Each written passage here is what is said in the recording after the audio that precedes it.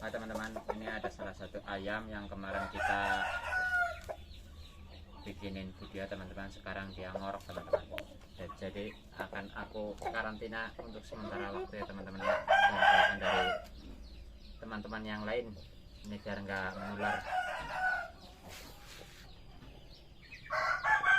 Kedengar nggak?